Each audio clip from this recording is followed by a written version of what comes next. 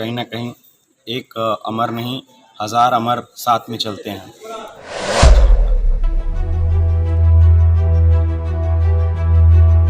बहुत अच्छा लग रहा है कि तमाम लोग, गार्जियन, बुज़ुर्ग, माताएं, बहनें और तमाम युवा साथी साथ में घूमते हैं, तो जोश और मनोबल और उच्च स्तर पे जाता है, क्योंकि कहीं ना कहीं एक अमर नहीं, हजार अमर साथ में चलते हैं, तो बहुत अच्छा लगता है। यहाँ से पटना से भी जो है आपके प्रदेश के नेता भी आ रहे हैं, उसका भी कुछ असर पड़ रहा है क्या? जी ज़रूर। एक ईमानदार छवि के साथ वो लोग चल रहे हैं। मैंने कुछ वीडियोस देखे हैं जहाँ पे बीजेपी के लोगों को लोग वहाँ अपने गांव से भगा रहे हैं। तो कहीं ना कहीं ये देखिए कि ये असर पड़ता है कि कैंडिडेट कौन है और कैंडिडेट किस प्रकार का है। और हमारे साथ जो भी नेता हैं सबको मान सम्मान दिया जा रहा है। कहीं भी आप बैठ जाइए, किसी गाँव में बैठ जाइए, तो लोग उनके पास खुद जा रहे हैं, किसी को बुलाना नहीं पड़ रहा है, किसी को गमछा ओढ़ाने की ज़रूरत नहीं है।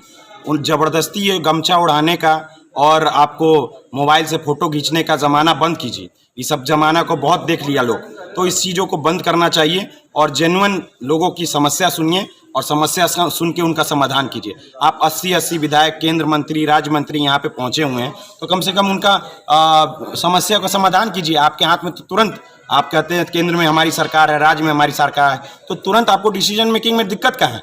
डिसीजन मेकिंग तुरंत कीजिए। और नौजवानों का रोजगार जो आप लोगों ने कहा था कि 19 लाख रोजगार देंगे, तो वो सबसे पहले कंप्लीट कीजिए।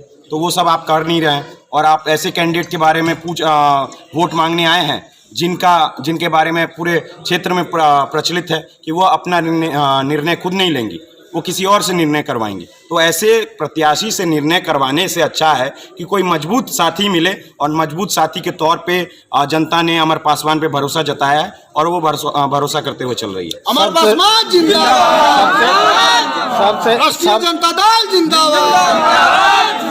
सबसे युवा नेता हैं आप जी, इसका कुछ माइलेज मिल रहा है आपको क्षेत्र में? ज़रूर। भाग दौड़ में ये कुछ परेशानियां नहीं हैं। बड़े बुजुर्ग लोग तो थोड़े थक गए, लेकिन आशीर्वाद है लोगों का और मैं चाहूँगा उनके लिए तत्परता से काम कर रहा हूँ। और आपने देखा भी होगा कि मैं अपनी कैंपेन्स खुद कर रहा हूँ। जैसे कि अभिमन्यु ने अपने लक्ष्यों को रखा था, आगे की तरफ बढ़े थे, वैसे ही मैं अपने लक्ष्यों को पार करने की कर रहा हूँ। और कुछ कौरव सेना इस चीज़ में अड़चन डाल रही है, लेकिन जनता मालिक उनको यह ज़रूर एहसास दिलाएगी कि यह महाभारत में विजय सिर्फ पांडवों की हुई थी।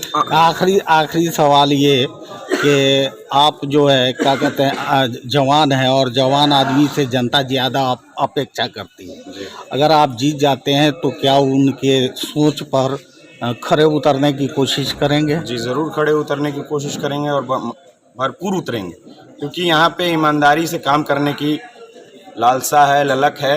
तो हम लोग ईमानदारी से काम करेंगे और छल कपट हमारे परिवार में कोई है नहीं, तो इसलिए ईमानदारी से काम करेंगे और किसी को ठगने का काम नहीं करेंगे। मुकेश सहनी कहते हैं कि अमर पासवान फिर मेरे पास आएंगे, तो इस पर क्या कहना चाह रहे हैं?